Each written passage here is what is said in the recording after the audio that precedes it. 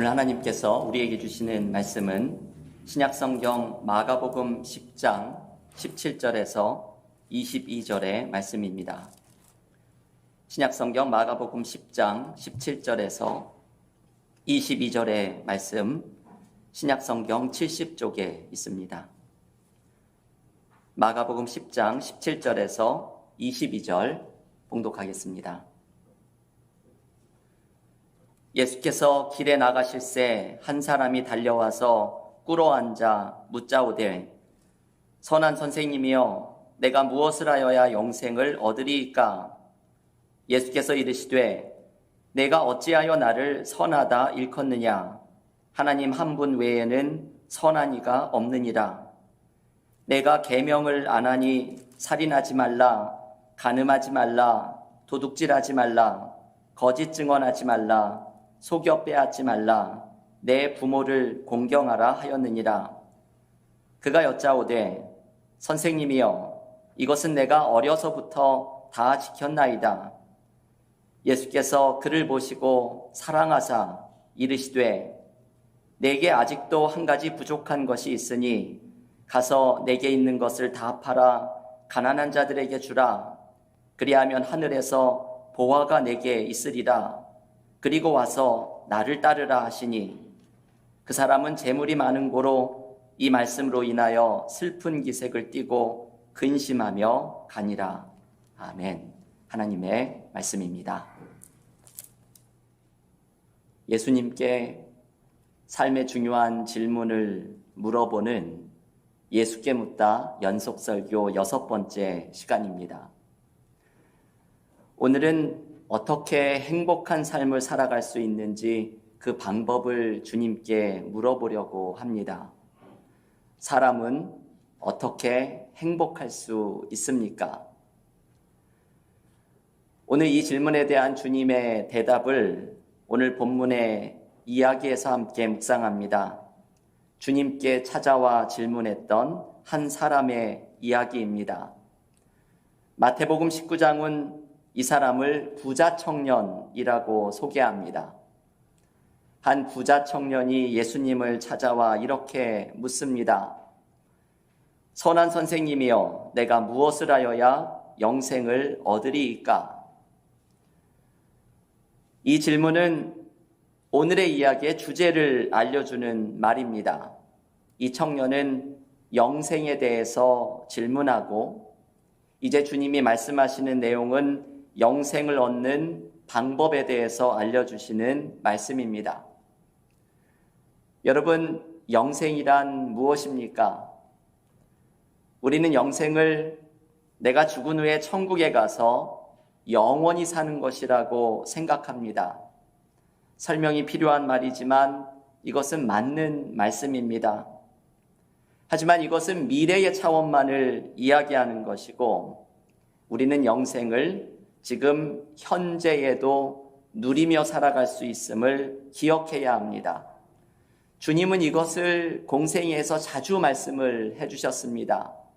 요한복음 17장 3절에서 예수님은 영생을 이렇게 소개합니다. 영생은 곧 유일하신 참 하나님과 그가 보내신 자 예수 그리스도를 아는 것이니이다. 영생은 하나님을 아는 것이고 예수님을 아는 것이라고 말씀합니다. 한마디로 관계이지요.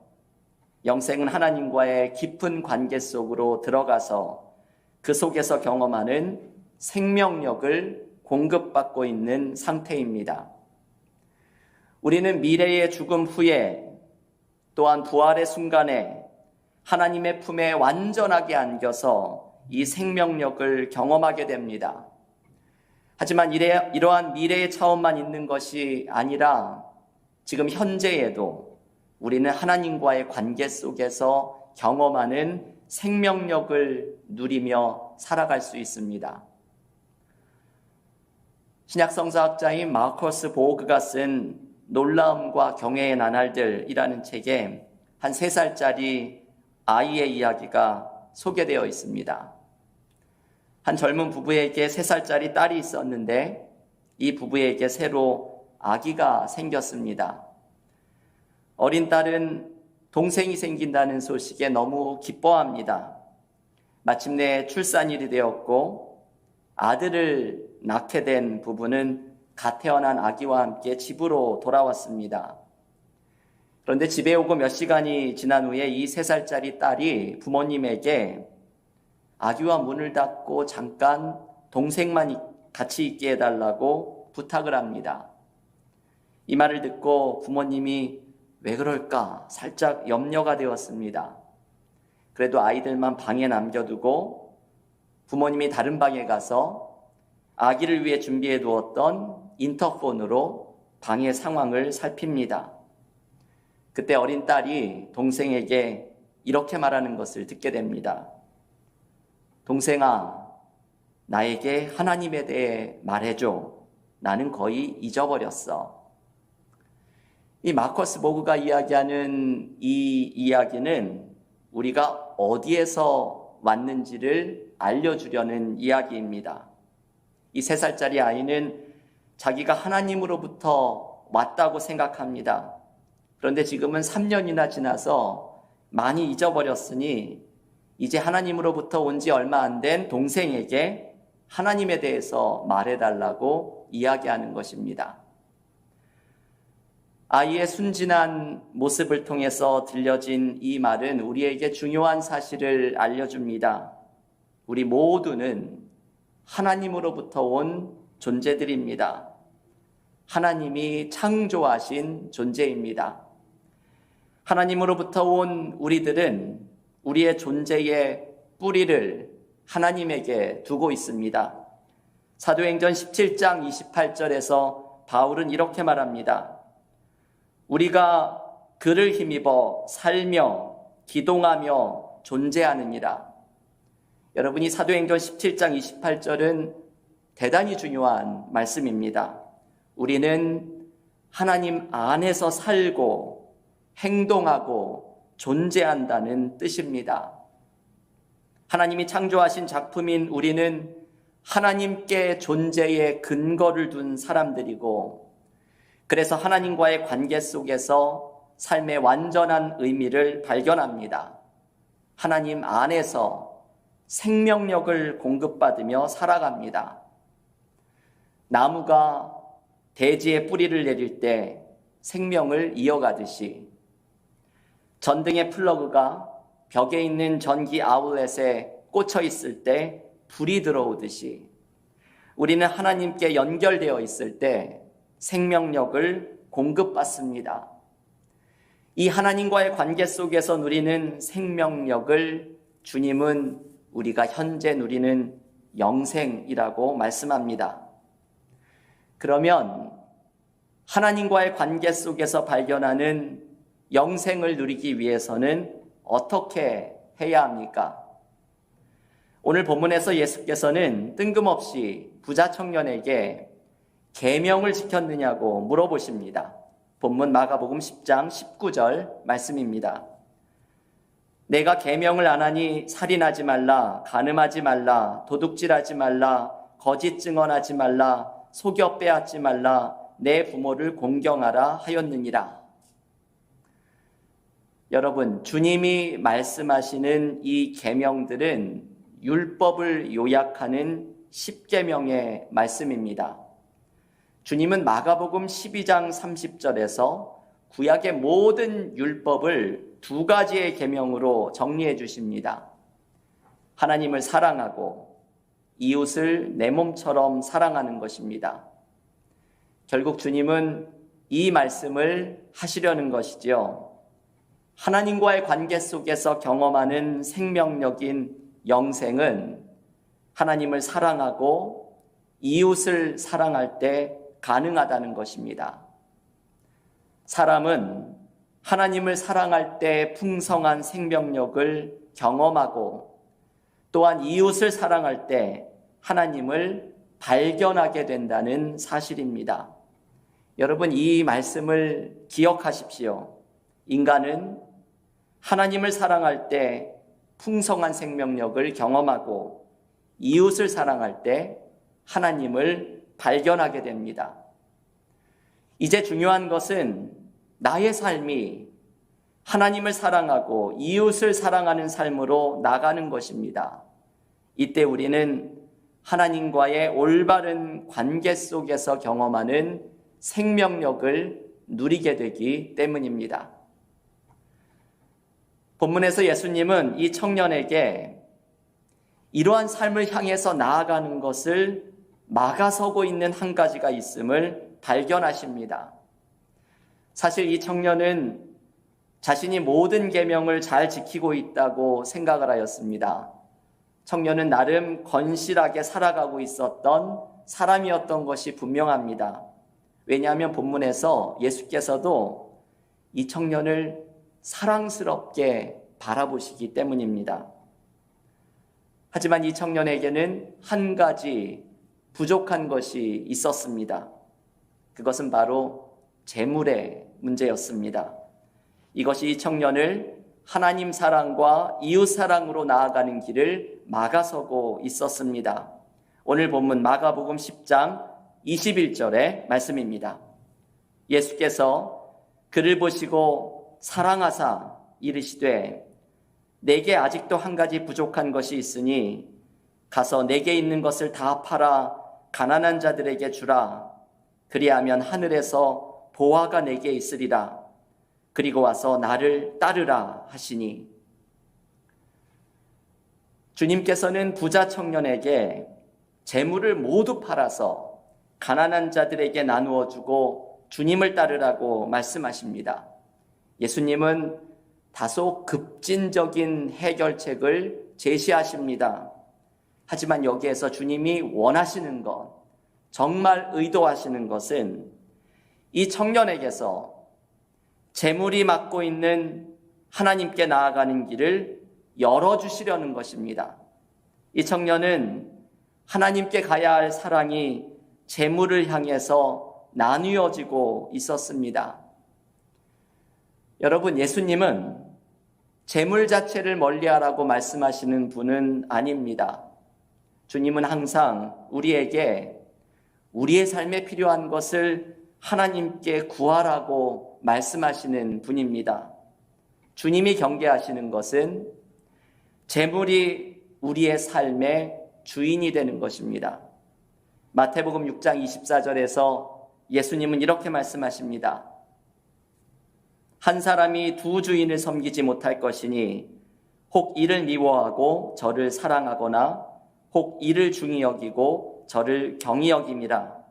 너희가 하나님과 재물을 겸하여 섬기지 못하느니라. 여러분, 우리는 두 주인을 섬기지 못합니다. 재물이 나의 삶의 주인의 자리에 있을 때 하나님은 내 삶의 주인이 되지 못합니다. 재물에게 삶의 주인의 자리를 빼앗긴 사람은 하나님 안에서 경험하는 풍요로움을 발견하지 못합니다. 하지만 욕심과 욕망의 굴레에서 벗어나 하나님을 주인으로 삼은 사람은 어떠한 삶의 상황 속에서도 하나님이 주시는 생명력으로 충만해집니다. 마르트 로뱅이라는 여성은 프랑스의 시골 마을에서 1902년에 태어났습니다. 이분은 평생을 하나님과의 깊은 관계 속에서 살아가셨던 분이었습니다. 하지만 불행하게도 로뱅은 24살이 되던 해에 몸이 마비되어가는 병을 얻습니다. 로뱅의 부모님은 딸이 곧 죽게 될 것이라고 생각을 합니다. 그런데 로뱅에게 리즈웨이의 테레사라는 성인이 꿈에 나타나서 너는 죽지 않을 것이다 말해준 후에 로뱅은 생명을 유지하고 몸이 마비된 채로 50년을 넘게 살아갑니다. 어쩌면 이것은 죽음보다 힘든 고통의 시간이었을 것입니다. 50년이 넘는 세월을 몸의 마비로 침대에 묶여 살아갑니다. 하지만 로뱅은 이러한 상황 속에서도 하나님과의 깊은 만남을 계속 이어갔고 이후에 침묵 수련의 운동을 전 세계적으로 일으키는 영적인 지도자가 됩니다. 로뱅의 유명한 기도가 하나 전해져 옵니다. 이런 기도입니다. 하나님, 제 마음과 제가 애착하는 모든 것을 취하시고 오로지 하나님의 영광을 위해서만 사용하여 주소서.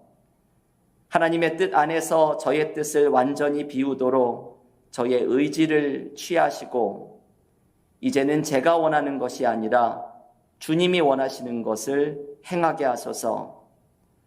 주님의 사랑을 온전히 맛보도록 주님의 계획이 온전히 이루어지도록 사랑과 찬양과 감사의 작은 제사로 저를 주님 앞에 바칩니다. 저는 이 기도를 읽으면서 깊은 감동을 받았습니다. 온몸이 마비되어서 침대에 묶인 상태에서도 로뱅은 하나님의 사랑 안에 거하면서 자신의 모든 삶을 하나님께 드리고 싶다는 기도를 올려드립니다. 보통의 사람들이 보기에는 이해가 되지 않는 기도입니다. 이분의 삶은 실패한 듯이 보이고 고통스러운 삶이고 무엇을 드린다는 것 자체가 말이 되지 않는 삶입니다. 하지만 로뱅은 그 어떤 사람보다 풍성한 삶의 의미를 누렸고 그 어떤 사람보다 주님의 일을 힘써 감당했습니다. 이 모든 것이 가능했던 이유는 하나님 안에서 경험하는 풍성한 생명력을 맛보았기 때문입니다. 주님은 오늘의 본문의 청년에게도 재물이 막아서고 있는 두 개의 사랑을 깊게 할 것을 초대합니다. 재물이 하나님께 가야 하는 사랑을 막아서고 있고 재물에 대한 욕심이 이웃사랑을 가로막고 있습니다. 이것이 청년에게 부족한 한 가지입니다. 재물의 문제를 해결하면서 이 청년은 두 개의 사랑을 깊게 해야 합니다. 하나님을 향해 나누어지지 않는 사랑으로, 이웃을 향해 나눔의 사랑으로 두 사랑을 회복해야 합니다. 그때 이 청년은 하나님과의 깊은 관계 속으로 들어가고 그 속에서 누리는 풍성한 생명력을 경험하게 될 것이기 때문입니다. 여러분, 오늘의 이야기는 행복에 대한 말씀을 직접적으로 가르쳐 주지는 않습니다. 하지만 오늘의 본문에서 우리는 사람이 어떻게 행복할 수 있는지 그 방법을 발견합니다. 이번 예수께 묻다 연속 설교를 위해서 제가 설교를 쓰는 저의 책상 바로 옆에 있는 책꽂이에 옮겨다 꼽아놓은 책이 하나 있습니다. 지난주에도 소개했던 예수라는 책입니다. 이 책은 신약성서학자인 차정식 교수와 목회자인 김기성 목사님이 예수님에게서 해답을 찾는 인생의 질문들을 소개하고 있습니다. 그 책에서 행복에 대해서 김기성 목사님은 이렇게 말합니다. 과도한 욕망에 휘둘리던 삶에서 벗어나 하늘의 뜻으로 가득 채워진 사람이야말로 행복한 사람입니다.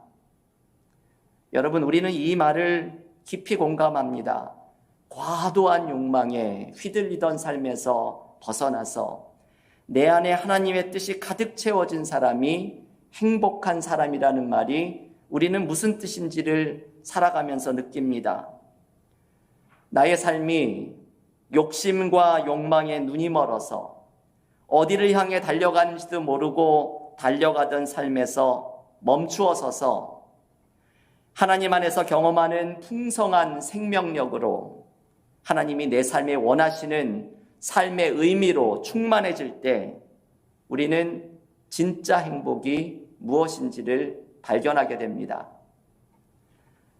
얼마 전에 저는 한국의 한 TV 프로그램에서 집을 정리해주는 프로그램을 보았습니다. 처음에는 이게 프로그램이 되나, 이런 프로그램이 무슨 재미가 있을까 싶었습니다. 그도 그럴 것이 아주 단순한 내용입니다. 복잡한 살림으로 가득한 집을 찾아가서 그 집의 물건들을 정리해주고 가구를 다시 배치해주는 단순한 프로그램을 보게 되었습니다. 집을 수리하거나 인테리어를 바꾸어주는 것도 아니었습니다. 단지 말 그대로 물건만 정리해주는 프로그램이었습니다. 그런데 이 프로그램을 보면서 놀라운 일이 벌어지는 것을 보았습니다. 자신이 어떻게 정리할지 몰라서 포기했던 집안의 물건들을 정리해주니 집주인들은 새로 단장된 집을 보고 눈물을 흘리며 행복해했습니다. 식구들이 감싸안고 눈물을 흘립니다. 이게 참 이상한 프로그램이었습니다. 집의 살림을 정리해 주었을 뿐인데 그 속에서 가족들 사이에 치유가 일어나고 삶에 대한 새로운 희망이 찾아오는 것을 경험합니다. 이 프로그램은 두 가지의 개념으로 이러한 기적을 이루어냈습니다. 하나는 불필요한 복잡한 살림을 버리는 것, 다른 하나는 의미 있는 공간으로 다시 배치하는 것이었습니다. 이 비움과 의미 찾기는 우리의 삶의 행복을 경험하기 위해서도 필수적인 요소입니다. 과도한 욕망으로 휘둘리던 삶을 비워내고 하나님 안에서 발견하는 삶의 의미를 찾아갈 때 우리는 살아있다는 것이 무엇인지, 행복은 무엇인지 발견하게 됩니다. 교우 여러분, 오늘 주님은 재물이 하나님과의 깊은 관계로 나아가는 것을 막아서고 있는 한 부자 청년에게 재물을 넘어서 하나님 안에 있는 풍요로움을 향해 나아갈 것을 초대하십니다. 우리에게 있는 그 부족한 것 한 가지는 무엇입니까? 무엇이 우리를 하나님이 자리해야 할 삶의 주인의 자리에 앉혀놓고 있습니까? 나를 안달하게 하고 불안하게 하는 것으로부터 벗어나서 하나님 안에서 경험하는 생명력을 경험할 때 우리의 삶에는 완전한 의미가 찾아오고 삶의 행복이 따뜻하게 빛나게 될 것입니다. 제가 추수감사 기간이 되면 종종 말씀을 드렸던 이야기가 하나 있습니다. 행복하냐? 질문을 받았던 한 장로님이 행복하냐고요? 아니요, 감사합니다. 대답했던 이야기입니다. 이 짧은 이야기는 이것을 생각하고 곱씹으면 곱씹을수록 그 깊은 의미가 하나씩 자꾸만 드러납니다. 행복하냐는 질문에 감사하다고 대답할 수 있는 것은 하나님과의 깊은 교제 속에 있는 사람만이 가능한 대답입니다. 내 삶의 주인이 되시는 하나님 안에서 우리는 삶의 어떠한 상황 속에서도 감사하게 됩니다. 삶을 감사로 바라보는 사람은 하나님 안에 있는 행복을 경험하고 있는 사람입니다. 교우 여러분, 우리의 삶이 인생의 주인이 되시는 하나님 안에서 행복을 누리는 믿음의 삶이 되기를 기원합니다. 하나님 안으로 나아가는 길을 막아서는 나에게 부족한 것 한 가지를 비워내고 하나님 안에 있는 풍성한 생명력을 향해 나아가는 믿음의 교우들이 모두 되시기를 주님의 이름으로 간절히 축원합니다. 기도하겠습니다.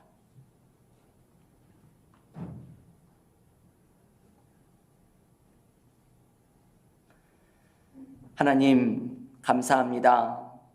오늘 부자 청년의 이야기를 통해서 우리의 삶에서 행복을 발견할 수 있는 지혜를 묵상하게 하심을 감사드립니다. 우리의 삶에 많은 어려움이 있습니다. 건강의 문제로, 가정의 어려움으로, 일터의 문제로 나의 삶이 불행하고 힘들다고 느끼는 많은 사람들을 주변에서 발견합니다. 오늘 주님께서 우리에게 알려주시는 사람이 행복할 수 있는 방법을 붙들고 이 말씀대로 살아가는 믿음의 삶이 되기를 소원합니다.